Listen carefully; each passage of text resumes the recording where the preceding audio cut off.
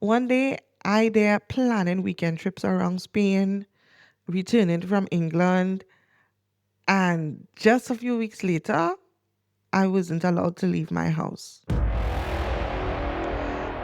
Life truly loves to humble me, and I'm sure it loves to humble some of you guys too. So back in Trinidad and Tobago, we have a saying, what do meet you, don't say it pass you. And for those of you who aren't Trinbagonians, it just basically means that because something hasn't happened to you doesn't mean that it never will.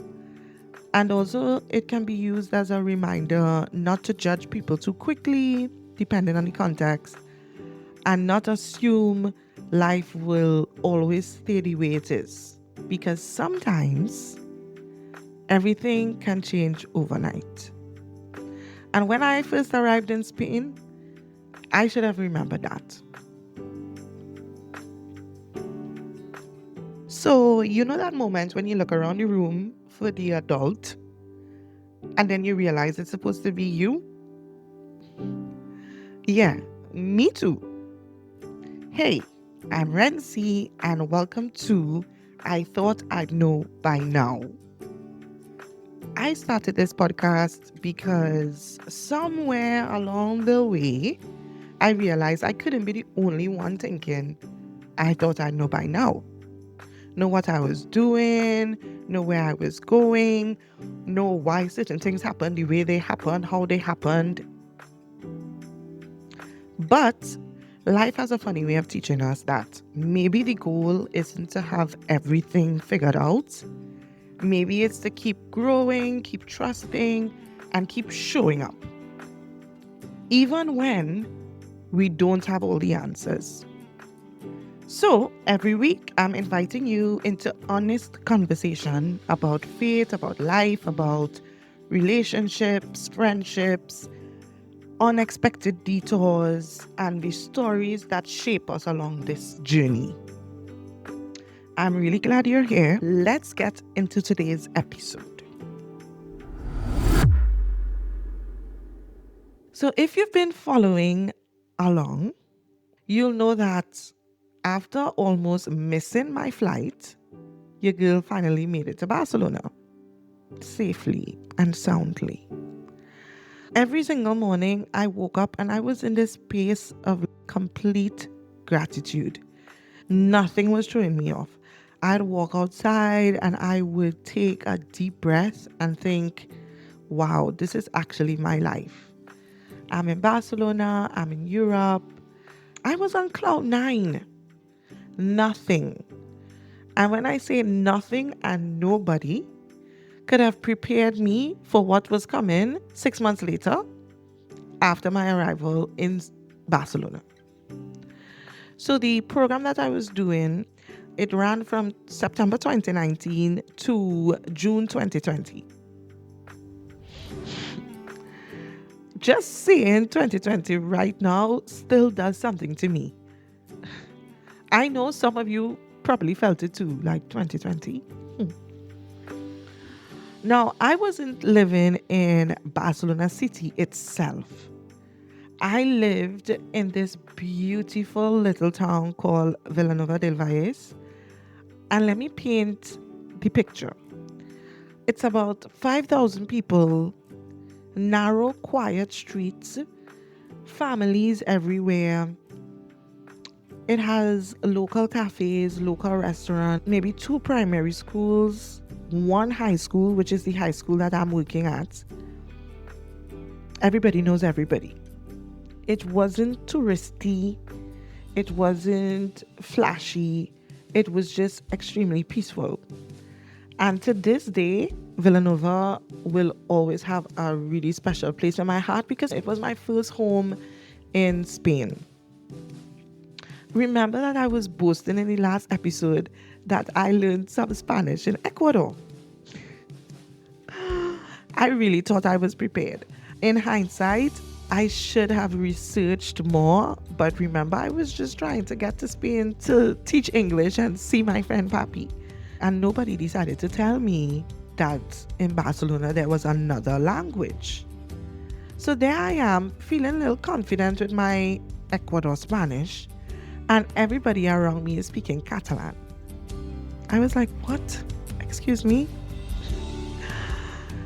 But thankfully, everyone also speaks Spanish. So I would speak Spanish, and they would decide whether to answer me in Spanish or answer me in Catalan. There is a lot to learn about Catalonia, and we can do that later. But some people consciously choose to speak only in Catalan. That's a history lesson for another day. Let's just say that some conversations became detective work. I'm there and I am in Villanova del Valles living with my first host family, and it was a beautiful experience. They were so sweet. They were quiet, reserved people. They had two beautiful daughters, a teenager and another girl that was 9 or 10. The three families that I had to stay with, they all had a teenager in the high school that I was teaching at. So it was an opportunity for me to speak English with them. They get the benefits of their child speaking in English, practicing, and of course, if the parents knew English, they would speak to me as well. I was trying to capitalize on a little bit of Spanish that I knew. And obviously, well, outside, people would speak to me in their language, which is Catalan. I'm there and I am enjoying this first family experience. Now, the months are flying by. I moved to my second host family, and they were completely different from the first family. Very lively, basketball every Sunday because their son Alex was basically a superstar. He loved basketball, and we would attend basketball games either in Villanova del Valles or nearby cities. They have practice during the week and then they have games or competition on Saturday. Before that, I had no feelings about basketball, but it was a beautiful experience with Alex. He was amazing. In Spain, generally, within families, dinner is around the table every night. This is where you talk about your day, what happened, laugh. And after dinner with this family, we would watch a movie afterwards on the couch. It was great. So I am in Villanova. I would have made two really good friends, two co-workers that were my really good friends. And we would do things over the weekend and we would go out. A lot of people are carrying me to see different beautiful places in Barcelona, in different places in Catalonia. I'm moving around and it's an amazing experience. As I told you guys before, I am on cloud 9. Coffee dates, sleepovers at my friends' places, sometimes on the weekends. And I honestly thought like, okay, this is exactly how I imagined Europe. Everything just felt like it was finally falling into place. My first Christmas in Barcelona, I went and I spent 3 weeks at my cousin's house in England with my little sister, Lily. That was my first visit to England. I came back in January. This is when I went to the second host family. I am living a lot of new first experiences. Things are going great. And then the world stops. So it began as a little rumor. Oh, there's a virus in China. Not too much conversation about it. Maybe a headline here, a headline there. I didn't think anything of it, to be quite honest. And I'm sure that this was maybe the case for a lot of people. Life was just continuing on. And then all of a sudden, we started hearing about cases in Madrid. Now we are in a small town, so we are watching national news and you're seeing one case here, one case there, quarantine. Still, nobody imagined what was coming. Nobody. Then one day, Pedro Sanchez comes on national news talking about the possibility of schools closing for 2 weeks.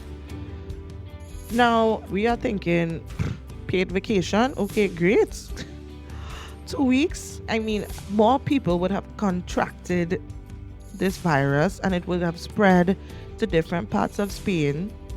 So now it's a conversation, right? It's a conversation. All right, 2 weeks home, paid vacation, and we'll be back because they would contain it and it would be okay. Little did we know that those 2 weeks that we're approaching would be the end of life as we know it. Now it's March 15th, 14th or 15th. It's the beginning of lockdown, but it's also the time for me to move into the third host family. So I have never spent a day with this family, and it's now the beginning of quarantine. I'm moving in on that day.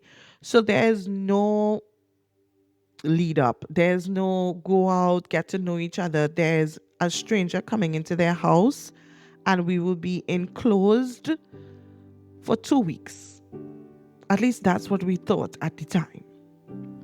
I was like, okay, cool, no problem. It's just 2 weeks. We would get to know each other, and then I'd finish off the course strong. No? I'm there with them. This family, it was just the mom and two kids, a daughter and a son. The mom, who was also a primary school teacher in one of the two primary schools in Villanova del Valle, and she was an absolute angel. I truly was a bit nervous about it because I had such a good rapport with the second family and we had such a close friendship. In my mind, maybe it wasn't the perfect moment to move into this family, but the date was already scheduled. I mean, it was maybe the first sign of being thrown off a little bit. But to my surprise, that mother, that mommy, I don't have favorites out of the three. Okay, maybe I do, but I won't say. But that mommy, oh my God, bless her. She was amazing. And she was also the best cook. Everything she did was delicious. So, of course, we begin this journey together of quarantine and we spend a lot of time together. Thankfully, God knew exactly where He was placing me. I don't think that was by chance because this family truly made me feel safe in this moment of uncertainty. And of course, 2 weeks turned into 3 months, and I was supposed to leave this house in June, But that family, they didn't give me any pressure, no awkwardness, no expectations of what I had to do within this quarantine time. Everybody was so understanding, just pure kindness. And that truly was an answered prayer. At first, COVID was just numbers, so we were confused, we were concerned, we would watch the headlines, the news would be on all day in the beginning. And it was just statistics. We are seeing the increase in different countries. Remember, it had this toll, this website that would count all the deaths every single day as it came in. It was very up to date. As I said before, it was just statistics. It was just numbers. I felt so sad for the people that were being interviewed. But then it became somebody that we knew. One of my coworkers, one of those friends that I told you that I made from the high school, went to the hospital with his dad for just a routine checkup. It was to refill his prescription. I remember I spoke to him after that visit and he told me he went to the hospital. They had on masks, they had on gloves, they took all the precaution, but for some reason he felt like there was a possibility that his dad could have contracted it. I am there being the hopeful friend. I'm like, no, don't think like that. Everybody is on high alert, so it's expected that you would overthink the situation. Everything is fine. I was wrong. He was worried about his father and he felt like something wasn't right. And within days, his father was gone. That's when everything started to change for me because it stopped being a headline, a news, a statistic, a number on a website. It just became personal. Then every day it was somebody else's friend, somebody that the mom knew in Valencia, somebody's parent, somebody's grandparent. The numbers weren't just numbers anymore. They were actual people that we knew, that I knew. Every morning, my mind is over occupied with thoughts. I was doing something that I maybe shouldn't have been doing, which was every single morning, the first thing I would do is open up my phone, refresh the COVID tracker, refresh this COVID website, and every single morning, I was just watching the numbers climb, get like a little anxiety, stress attack thing, pray, pray, pray, monitoring all the countries, seeing how much things were just extremely changing, and just having these quiet anxiety attacks in my room. And I would be talking to my parents in Trinidad and my family in Trinidad, and they were keeping up with me. I was keeping up with my mom, my dad, giving them all the news. Obviously, I am scared, so I am telling them to be careful. But Trinidad at that time, they was having the time of their life. They didn't have any cases. I believe the borders were closed. So they're safe. Spain's borders are closed now. Trinidad borders are closed because they are taking preventative methods because they don't want any of the foreigners to come home and bring this virus. So at the time, Trinidad was still okay. Suddenly, it wasn't even a situation like, oh, I am choosing to stay in Spain and the course is finishing in June and I have created a plan and I have prayed about it and now I know what's my next step. It wasn't a choice anymore. I can't leave Spain. I can't enter into Trinidad. I literally couldn't leave. So that realization now is stressing me. And the anxiety has crept in. Some days I genuinely wondered if I was losing my mind. I felt crazy. I did feel crazy. I felt like the sanity was just creeping out slowly but surely from my brains.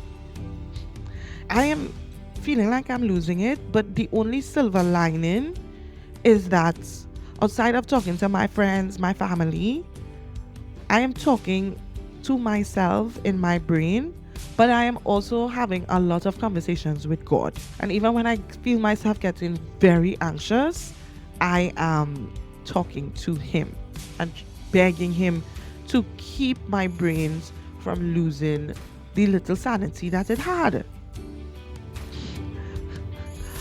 Honestly, I am telling you, God was holding me together with crazy glue.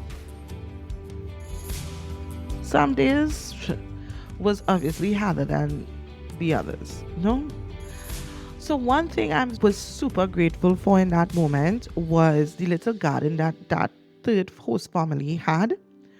Some afternoons I'd just go outside, I would lie in the sun, face toward the sky, lay down in the grass, take in sun.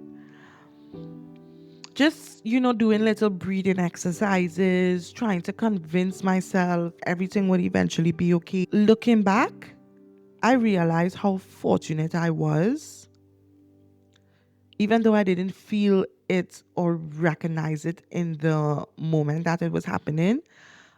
But now, having heard so many horror stories of people who were in apartments and they didn't have access to being outside, I was really lucky. I remember also watching the news. People were renting their dogs for people in their apartment complex that didn't have animals so that they can go and take a walk outside. Crazy, but completely understandable. In hindsight, I realized how fortunate I was having that little garden out front. And then May arrived. I had my 27th birthday. Just imagine celebrating your birthday in another country during a global pandemic with people who 2 months earlier I didn't know, and they celebrated me. They did as much as they could to celebrate me, and we had a little thing in the garden. We ate outside. It's the peak of summertime. Alex from the second family was able to come because he literally lived on the same street as well, like 2 minutes walk. When I sit and I think about that experience, I thought that peace came from knowing exactly what would happen tomorrow, what my days would be like. Because at that time, leading up to COVID, every single day was just bliss. I felt peaceful. I felt that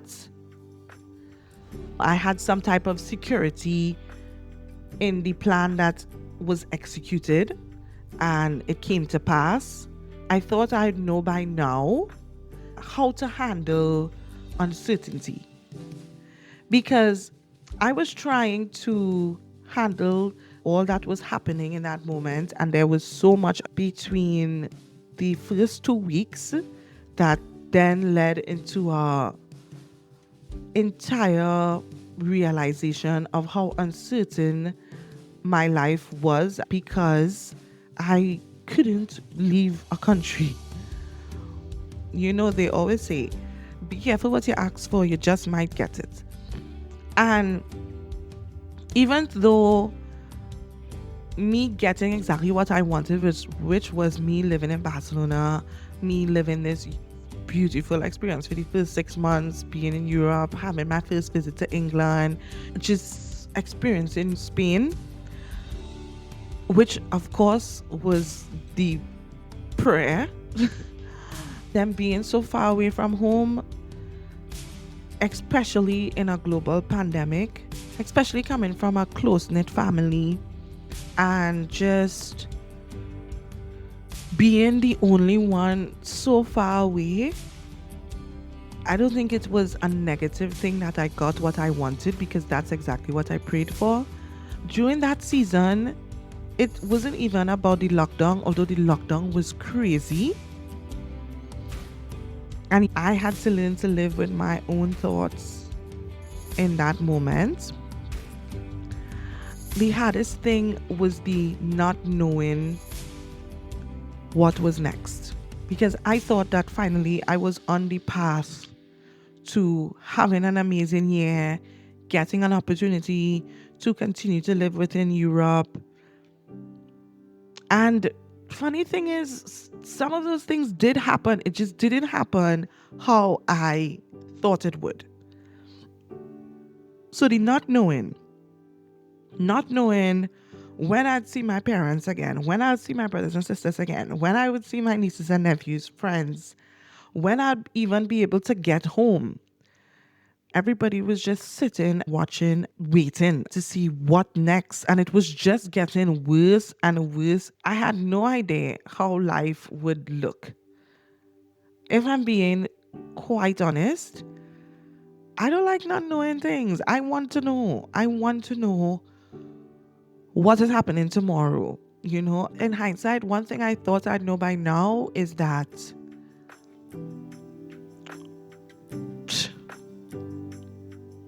not knowing is okay. Not knowing is okay. I've realized I am the kind of person whose brain starts to try to solve problems immediately. If something is wrong, I want a solution. I want to fix it. Something happened, I want to have a conversation about it. A problem, I want to deal with it directly, face to face, immediately, now.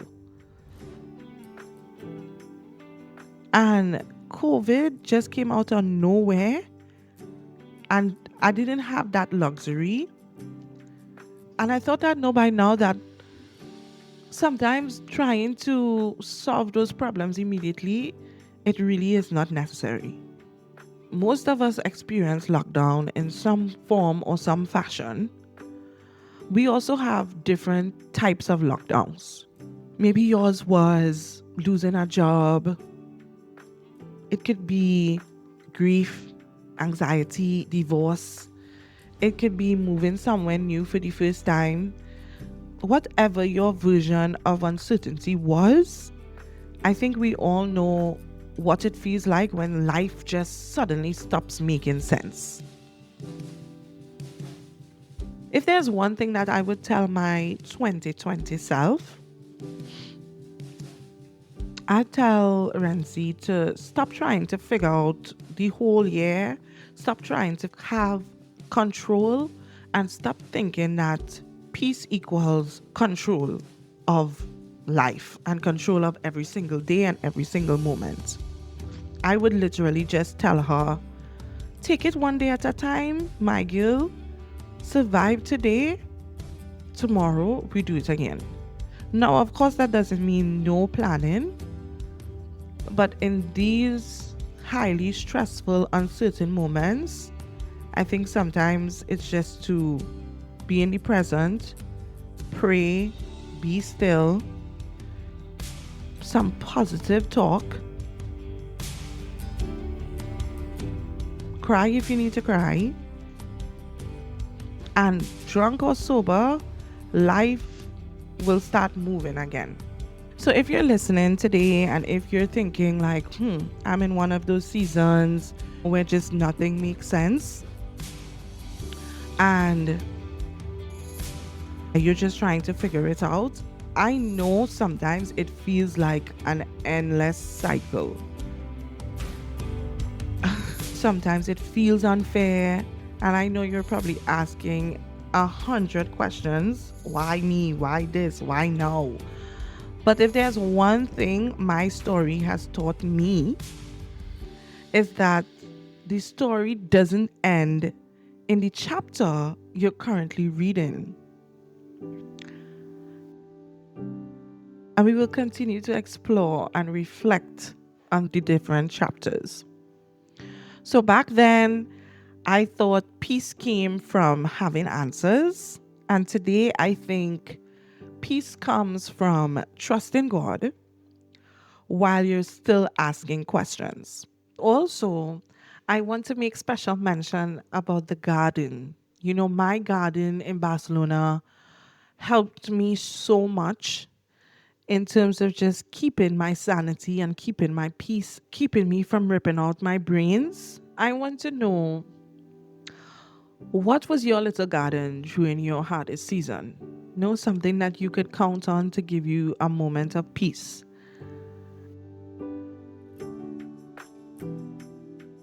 Looking forward to hearing from you guys. I'm so excited. Continue on this journey with me. Let's laugh, let's reflect, and let's not be so hard on ourselves because we are all still just figuring it out. I'm Renzi, and this has been I Thought I'd Know By Now. Life obviously keeps life in, so let's keep learning, and I'll see you guys next week.